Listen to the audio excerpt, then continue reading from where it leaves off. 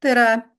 Selle loengu teema on mahetöötlemine ja see on mõeldud neile, kes võib-olla sooviksid alustada mahetöötlemisega ja hakata pakkuma mahetooteid turule. Mina olen Airi Vetemaa Mahepõllumajanduse Koostöökogust. Millest meil juttu tuleb? Kõigepealt teen ülevaate mahetöötlemise nõuetest, siis vaatame seda, kuidas mahetooteid märgistada tuleb ning lõpuks on lühike kirjeldus sammudest, mida peab tegema, et taotleda mahetunnustust. Loomulikult see lühike loeng ei kata kõiki detaile ja aspekte, aga sellise ülevaate kogu protsessist peaksime saama. Kõigepealt natuke taustast, et mahepõllumajandus, sealhulgas siis ka mahetöötlemine, on terviklik süsteem, mis järgib kindlaid põhimõtteid ja nõudeid kogu tarneahela ulatuses. Alustades siis esmatootmisest kuni töötlemise, turustamise ja toitlustamiseni välja. Ja need nõuded, mis siis kogu seda süsteemi reguleerivad, on sätestatud Euroopa Liidu määrustega. Ja väga oluline aspekt selle süsteemi juures on see, et see on järjepidevalt kontrollitud ja kontrollsüsteem aitab siis ühtlasi tagada, et mahetooted vastavad nõuetele ja tarbija jaoks on nad usaldusväärsed. Meil Eestis teeb mahepõllumajanduse üle järelevalvet Põllumajandus- ja Toiduamet. Ja ääremärkusena ka see, et mahepõllumajanduse õigusaktides käib toidu töötlemine ka termini ettevalmistamine alla. Nii et kui keegi siis puutub kokku nende õiguslike tekstidega, määrustega, et sellisel juhul peab siis vaatama ka seda, et mis puudutab ettevalmistamist. Ja millal me saame siis öelda, et tegu on mahetöötlemisega? Ongi siis esmaselt, ta peab olema mahetunnustatud Põllumajandus- ja Toiduameti poolt. Loomulikult ei saa mahetöötlemisega tegeleda, kui sul ei ole mahetoorainet toote valmistamiseks ja kogu see protsess peab siis nendele eelmainitud nõuetele vastama. Mahetöötlemisest tulevad siis välja mahemärgistatud tooted ja märgistuseks me siis peame seda, kui kas sõnaliselt või siis kujunduslikult viidatakse toote juures mahepõllumajanduslikule tootmisviisile. Ehk siis kas kasutatakse vastavaid logosid või ka siis sõnaliselt mahe või öko. Ja mahemärgistatud tooteid on meil siis kolmes kategoorias. Eelkõige räägime siis mahetoodetest ja nende juures me kasutame ka mahelogo ja soovi korral ka Eesti ökomärki.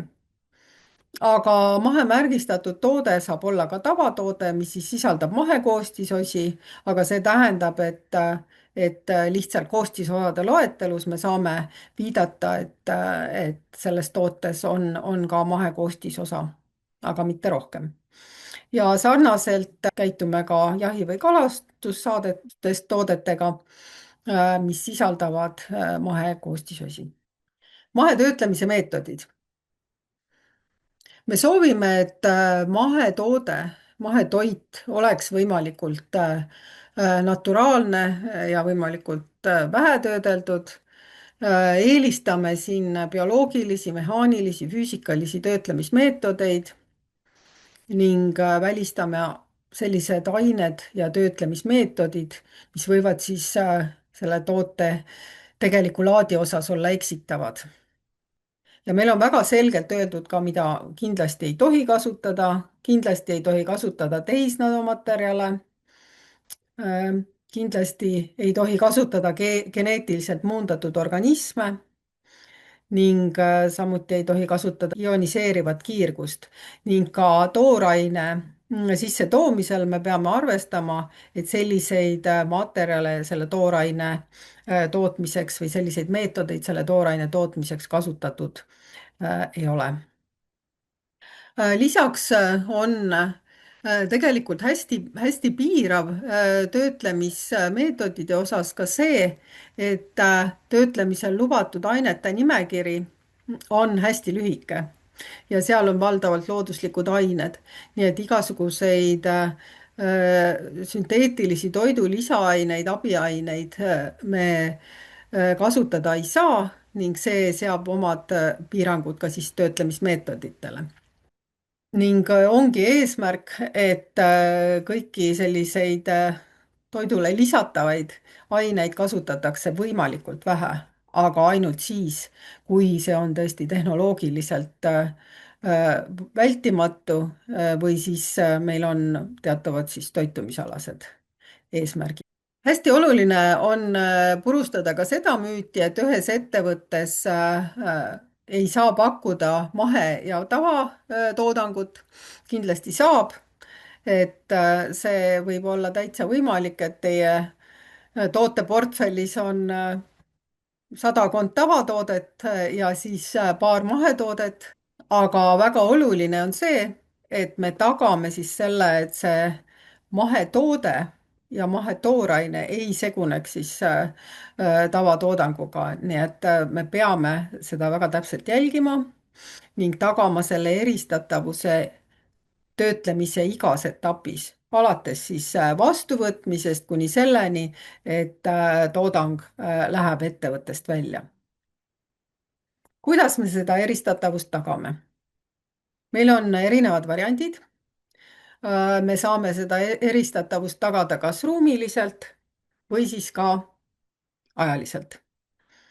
ruumiline tähendab seda, et meil on siis eraldi asuvad laod, käitlemisruumid, meil on eraldi olevad seadmed, meil on eraldi olev inventar, kuid on täiesti selge, et enamasti ei ole otstarbekas meil omada kahte tootmisliini, et üks on siis mahe ja teine tavatoodangu töötlemiseks.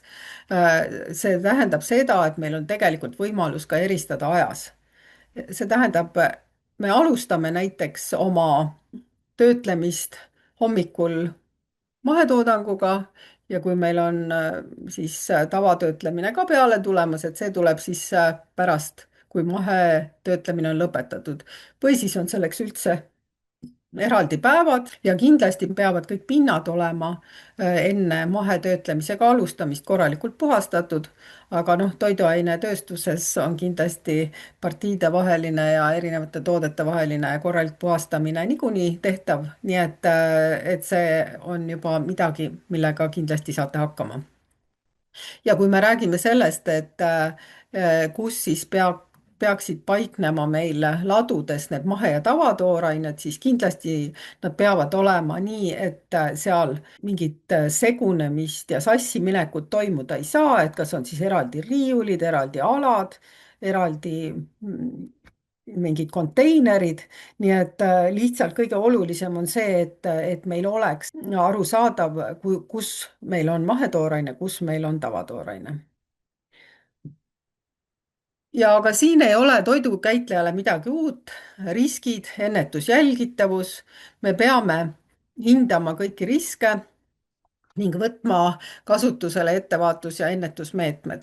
ja peamine risk ongi meil, noh, kui me räägime muidu toiduainetest, siis me enamasti räägime saastumise vältimisest, et mikrobioloogiline saastumine, keemiline saastumine, aga mahetöötlemise puhul on siis see, et meie noh, võib-olla see saastumise sõna on natukene liiga range sõna, aga me peame tagama, et ei toimuks kokkupuudet tavatoorainega ja selleks, et kõike seda saaks kontrollida, tuleb läbi kogu protsessi pidada arvestust, et meil on sisend, mis sisse tuleb ja väljund, mis läheb välja ja väga oluline on siis kontrolli jaoks saada see info, et kui teil on toodangut mingi kogus X, et siis selleks on piisavalt olnud ka toorainet. ja loomulikult tuleb siis ka koostada oma töötlemisega seotud tegevuste kirjeldus koos siis nende ennetus- ja ettevaatusmeetmetega ja seda tuleb siis ka asjakohasena hoida ning ka järelevalvele siis näidata, kui teid kontrollitakse. ja suur osa sellest kajastub siis ettevõtte enda enesekontrolli plaanis.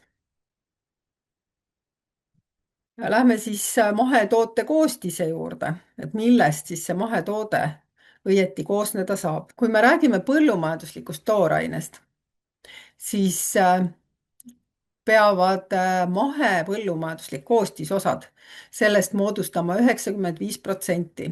Et 5% on meile jäetud ka sellist mänguruumi, kus saavad siis tavapõllumajanduslikud koostisosad ka olla ja nendeks on siis eelkõige pärmid, looduslikud lõhna- ja maitseained,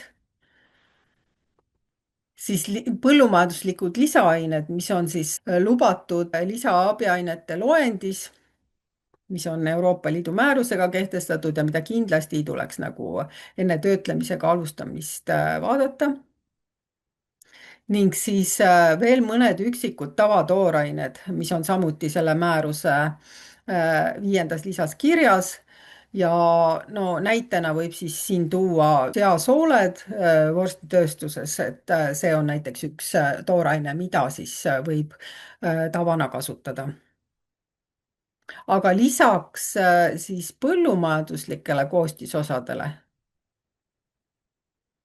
võivad tootes ju sisalduda ka mittepõllumajanduslikud koostisosad. Noh, eelkõige on need joogivesi ja sool ja nende kasutamisel meil mahetootmises loomulikult mingeid piiranguid ei ole, et need on väga normaalsed toidu koostisosad. Aga siis on veel terve rida koostisosi, mis on lisaained ja töötlemise abiained ning need on siis jällegi loetletud väga selgelt Euroopa Liidu määruses. Siis saab veel kasutada mikroorganismide preparaate ja toiduensüüme. Kusjuures siin peab silmas pidama, et need ei pärineks sellisest valmistusviisist, kus on kasutatud GMO-sid ning siis ka veel looduslikud lõhna- ja maitseühendid ning looduslikud lõhna- ja maitsepreparaadid. Ja kui mahetoode on siis valmis saanud, on müügipakendisse pandud, siis me peame teda kuidagi märgistama. Ja eelkõige on siis terminid. Müügipakendil me võime toote nimetuses kasutada mõisteid mahepõllumajanduslik ja ökoloogiline ning nende tuletusi või lühendeid, kas siis öko või mahe, kas eraldi või kombineerituna, see on igaühe enda valik. Ja ma olen toonud siia ka mõned konkreetsete toodete näiteid, et siin on näiteks siis ökoriisi läätsesegu, siin sõna mahe ei kasutata, siis on vaarika mustsõstra tee piparmündiga, toote nimes endas sõna mahe ei ole, aga on siia siis väikselt alla kirjutatud, et mahemarjatee. Ja siis on näiteks kanepi mahetee, kus on siis toote nimes sõna mahe sees.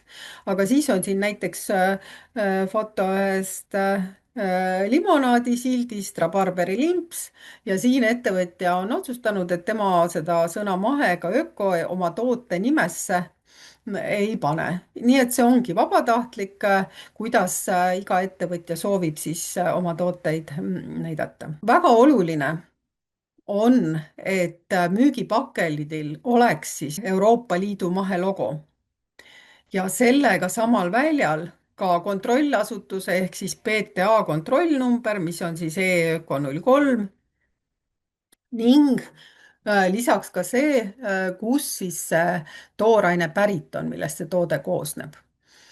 Meil on siin erinevad võimalused, mul on siin ka näited, nad on natuke sellised eritooni ja natukene võib-olla udused, aga sellepärast, et nad on tehtud konkreetsete toodete pealt, fotod. Kõigepealt siis on toode, mis on puhtalt Eesti toorainest, noh, oletame, et see võiks olla näiteks hapukapsas, seal kõik kapsas on eestimaist päritolu ja nii saame ka siis peale kirjutada, et tegu on Eesti põllumajandusega. Kui meil on teistest Euroopa Liidu riikidest ka toorainet, noh, oletame kõige lihtsam, et võtame näiteks mustasõstra moos, marjad Eestist, peedisuhkur Taanist ja saamegi siia kirjutada Euroopa Liidu põllumajandus. aga juhul, kui näiteks oletame, oleks selles moosis sees roosuhkur kuskilt Lõuna-Ameerikast, siis meil tuleks sellele pakendile kirjutada EL-i ja EL-i väline põllumajandus, et see on nii meilt kui ka mujalt. Ja kui keegi teeb ainult Euroopa Liidu välisest toorainest mingi toote, siis ongi ainult EL-i väline põllumajandus. ja ma tahaksin öelda tegelikult, et siin te näete, et need logod on natukene sellist eritooni, aga tegelikkuses peab olema järgitud selle logo värvikaarti, nii et ta oleks, noh, ma arvan, et see kõige esimene on kõige lähedasemat värvi, noh, siin võib olla ka valgustingimustest sõltuv see tulemus, aga pildistamise valgustingimustest, aga igal juhul peab siis silmas pidama, et see logo oleks nagu õiget värvi, kui te trükikotta oma kujundit saadate, et siis saab selle värvikoodi järgi selle kujunduse teha. Ja siin me näeme ühte ettevõtjat, kes on ikkagi pannud ka peale siis vabatahtliku märgi ehk Eesti ökomärgi. See on siin siis Euroopa Liidu logo kõrval. Et kindlasti ökomärk, Eesti ökomärk ei asenda Euroopa Liidu logo, seda Euroopa Liidu logo kindlasti müügipakendil peab kasutama ja just sellisel moel, nagu ta siis siia on välja toodud. Koostisosad, kuidas me siis koostisosades näitame, et tegu on mahepõllumajandusliku tootega? Koostisosades peab ära märkima, millised osad siis on mahepõllumajandusest ja siin on mul kaks näidet, üks on siis veiselihast toode ja siin on näha, et neid koostisosi on päris palju ja näeme, et veiseliha loomulikult on mahe, siis on vürtsid, maitsetaimed, suhkur, tärklis ja nii edasi. Need on kõik märgistatud siis tärniga ja alla on kirjutatud, et kontrollitud mahepõllumajandusest. Ja siin me näeme ka seda, et on ka mõned koostisosad, mis ei ole siis ilmselgelt mahetootmisest vesi ja sool, naatriumtsitraat ja siis seasool, et seasool ongi hea näide ühest nendest vähestest tavatoorainetest siis, mida me tohime oma mahetoodangus kasutada. Ja teine näide on siis ühest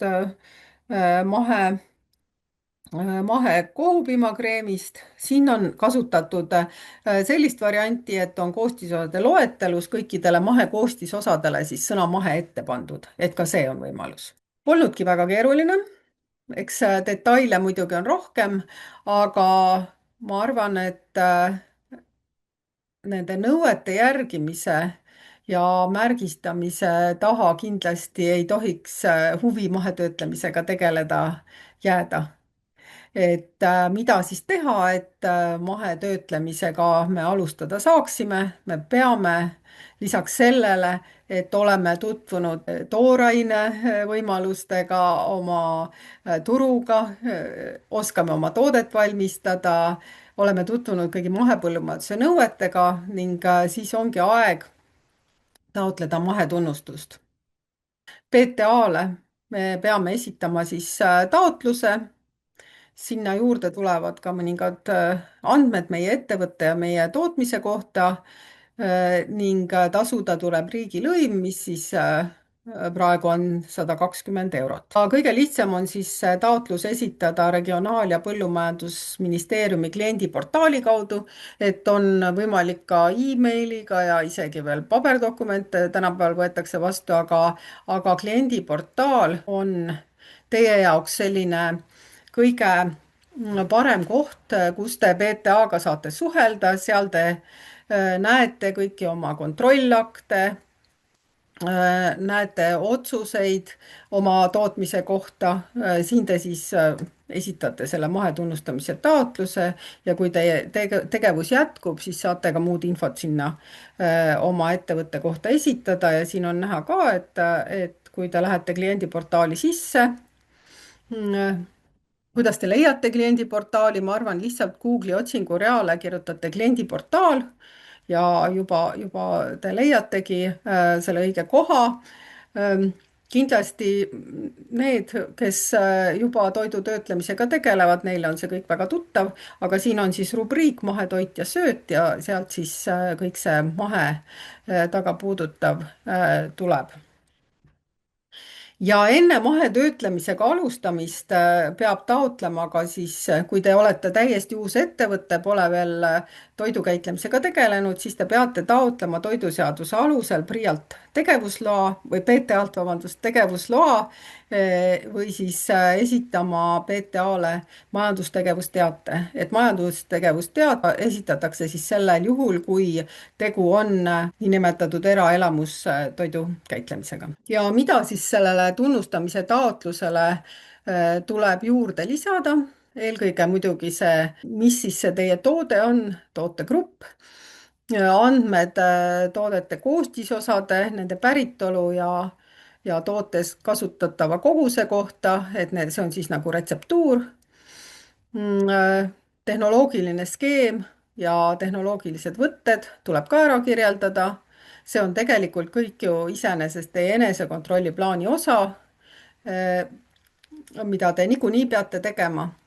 Ning siis teil tuleks ka hinnata oma eeldatavat tootmisvõimsust ja toodangu mahtu, et ka kontroll saaks aru, et kas tegu on mikrotegijaga või suures mahus tootmisega.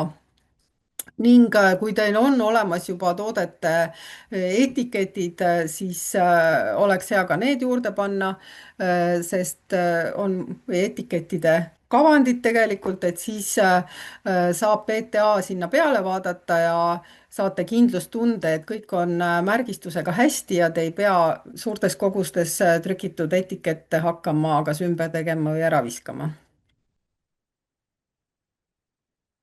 Ja kuidas on siis tunnustamise protseduur?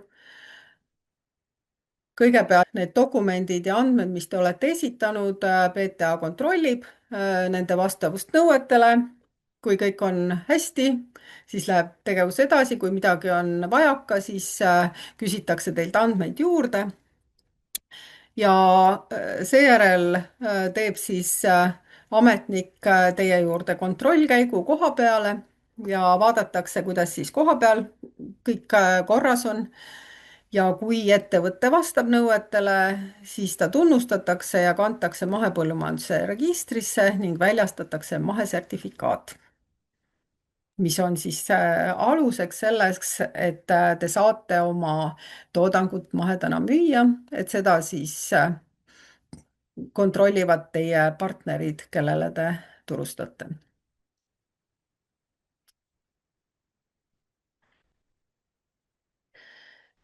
Ja kui te olete oma mahetöötlemisega hästi hakkama saanud, tooted turud liiguvad ja soovite tegevusega jätkata, siis iga aasta 1. veebruariks tuleb sellest jätkamisest PTA-d teavitada jällegi kliendiportaali kaudu ning tasuda iga-aastane riigilõiv. See on siis seesama 120 eurot, mis te alustades ka maksite. Et see on sisuliselt siis selle kontrollimise tasu. Ja samaks kuupäevaks, 1. veebruariks tuleb teatada ka eelmisel aastal turustatud mahetoodangu kogused, et neid andmeid ka PTA kogub ja see on vastavalt nõuetele, seda peab tegema. Ja kui teil nüüd tootmises tuleb tootegruppe juurde, noh näiteks, et alustasite moosidega, nüüd hakkate tegema ka siirupeid ja mahlu, et siis tuleb sellest PTA-d teavitada. Ja ettevõtet siis edaspidi kontrollitakse 1 kord aastas ja iga kord sellest kontrollist ka ette ei teatata, et teatud osa kontrolle tehakse ilma ette teavitamata. Ja kui siis kontrolli tulemused on korras, et siis PTA väljastab uue sertifikaadi ning need on siis Euroopa Liidu üleses Trace'is süsteemis. Kõik need sertifikaadid avalikult kättesaadavad. Nii et kui teil on ka välispartnereid, siis põhimõtteliselt nemad saavad kontrollida, et kas teie ettevõte on maheettevõte ja järelevalvesüsteemis olemas. See oli selline hästi kiire ülevaade nendest tegevustest ja aspektidest, mis mahetöötlemisega seotud on. aga kui te soovite ikkagi tegelikult mahetöötlemisega tegelema hakata, siis tasub uurida asja ka natuke lähemalt.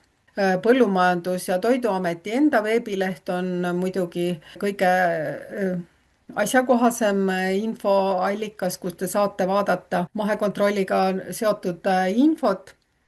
aga kui natuke põhjalikumaks tahta minna, siis tasub uurida sellist infomaterjali, mis on väiketöötlejate abistamiseks, aga noh, tegelikult sobib ka suurematele ettevõtetele. see on siis mahemärgistatud toodete töötlemine, see on 22. aasta väljaanne, aga siiski jätkuvalt asjakohane. nii et seal on päris põhjalikult kõik protsessid lahti seletatud ja nõuded kirjas, nii et see on kindlasti lihtsam materjal lugeda, kui proovida seda infot saada kätte otse Euroopa Liidu määrustest, mis on päris keeruline lugemismaterjal. Kui te nüüd lähete maheklubi veebilehele, siis seal on valdkond töötlejale ja seal all on siis kõik need mahetöötlemisega seotud infomaterjalid, mis me oleme viimasel ajal koostanud. nii et seesama abiks väiketöötlejale, aga on ka mõned sellised lühemad infomaterjalid, mida siis vaadata. ja ka Regionaal- ja Põllumajandusministeeriumil on see mahepõllumajanduse alamleht, et kui te soovite nagu sellist taustinfot veel vaadata, siis võib ka selle lehe peale kiigata. ja kõik need lingid on meil ka videokirjelduse juurde pandud, nii et ise otsima ei pea hakkama. samuti on meil ka seal kirjas lingid siis nendele mahemäärustele.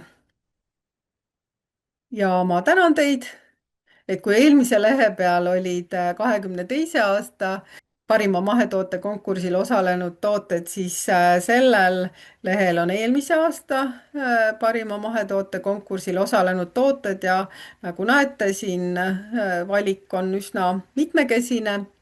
et meil on lihatooteid, piimatooteid, teraviljatooteid ja meil on ka maiustusi, teesid, nii et tooteid on. samas on ikkagi see valik veel natuke piiratud, nii et me väga ootame uusi tulijaid mahetöötlejate perre. tänan ja kõike head teile!